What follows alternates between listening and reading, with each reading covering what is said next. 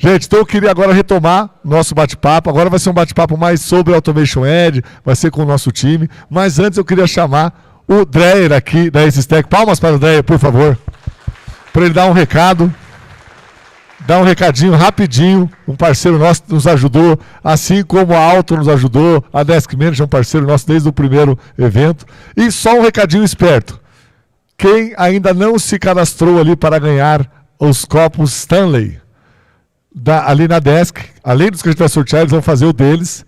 Aproveita, se cadastra, vai ali rapidinho, tá, consome aquele QR Code.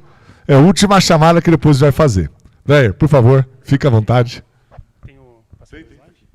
Boa tarde, pessoal. Boa tarde, tudo bem? Então, como o Baldinho comentou, me chamam de Dreyer, né? Nome Clayton Dreyer, mas é mais fácil lembrar do cunhaque, assim, né, do que do Clayton. Então, a gente costuma chamar pelo sobrenome. Bom, pessoal, eu vim aqui para comentar um pouco com vocês, né, trazer uma informação um pouco diferenciada, uma visão diferente, na verdade, sobre a parte de gestão de ativos. A gente fala sobre equipamentos, logicamente, softwares, usuários, as próprias evidências, a documentação que envolve todo esse processo de ciclo de vida, de aquisição, até a parte de desmobilização desses equipamentos também, mas políticas, bancos de dados, informações que estão presentes em tudo isso, né? E dentro desse contexto, o que nós trazemos, né? Alguns pontos, por exemplo, sobre usuários. Pensando em usuários, o que se deve gerenciar? O que eu preciso hoje ter controle dentro desses usuários? Veja que existem vários itens, né? Eu tenho que entender quem que está utilizando esses equipamentos, se essa pessoa é a responsável, se não é, se ela pode, se não pode utilizar esses equipamentos com questões de limitações, de controle de acesso. Assinaturas de termos, como eu estava comentando, toda a parte documental que envolvem as políticas, as diretrizes que a TI tem. Informações de funcionário, né, parte de domínios e grupos que eles são pertencentes, assim como tudo que está por dentro de uma solução de gestão de ativos, sobre monitoramentos que estão sendo feitos sobre o equipamento, né, ao qual esse usuário é responsável e assim por diante. Outro ponto interessante que eu trago aqui para vocês e que o Adot consegue atender, né, nós entregamos aos nossos clientes a possibilidade de fazer toda a gestão de termos informativos dentro da empresa. E como que isso acontece? Né, reforçando essas políticas, o usuário tem que assinar um termo de responsabilidade, tem que assinar um termo de consentimento da LGPD, tem que assinar uma política de segurança, né, da empresa. E nesse contexto, dentro do Adot, hoje é possível que você tanto crie essa documentação, faça a distribuição dela para o usuário, a assinatura eletrônica e ainda a posterior gestão desse documento. E como que eu faço isso? Com associações, né? Quando se trata de um termo de responsabilidade de um equipamento, eu associo ele ao próprio equipamento. Então, eu tenho dentro do meu inventário, das minhas propriedades daquele equipamento, o próprio termo assinado pelo usuário. Quando se trata de demais termos, demais documentações, eu consigo relacionar aos próprios usuários, né? Então, eu sei se o usuário está em conformidade com a empresa, se ele assinou todos os documentos necessários, todas as políticas, né, que fazem parte dessa estrutura, desses processos de cada empresa.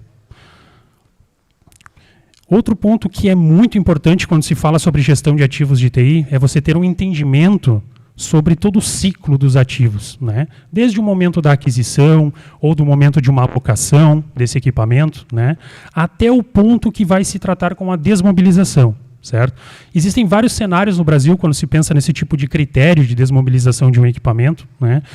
Normalmente, empresas que compram equipamentos atrelam isso ao próprio desempenho do equipamento, né? Então, eles usam até onde conseguir esse equipamento, mas quando se pensa numa locação, num leasing, por exemplo, né, o critério é outro, ele muda, que é a própria data do contrato. E o ponto legal é que o Adot hoje consegue ajudar os clientes em determinadas formas, né? Não importa se faz aquisição, se monitora por desempenho, se trabalha com locação e tem que entender vínculo com o contrato, né? Todos os valores que estão envolvidos, inclusive, nesse contrato, né? O Adot hoje consegue monitorar, consegue registrar, consegue apresentar uma linha de vida para cada tipo de ativo, inclusive ativos que não são online, tá? Então, também é possível de ser cadastrado, de ser gerenciado com sua própria linha de vida. Certo? Aqui um outro ponto que a gente trouxe até, que é bem interessante, eu até gosto de citar um processo como exemplo. Muitas empresas trabalham com a transferência de um equipamento de uma unidade para outra. né? Estou na matriz um equipamento em estoque e preciso mandar para uma filial minha. Dentro desse processo, o que eu preciso fazer? Eu preciso emitir uma nota fiscal desse equipamento, certo? Para poder fazer o processo de transferência.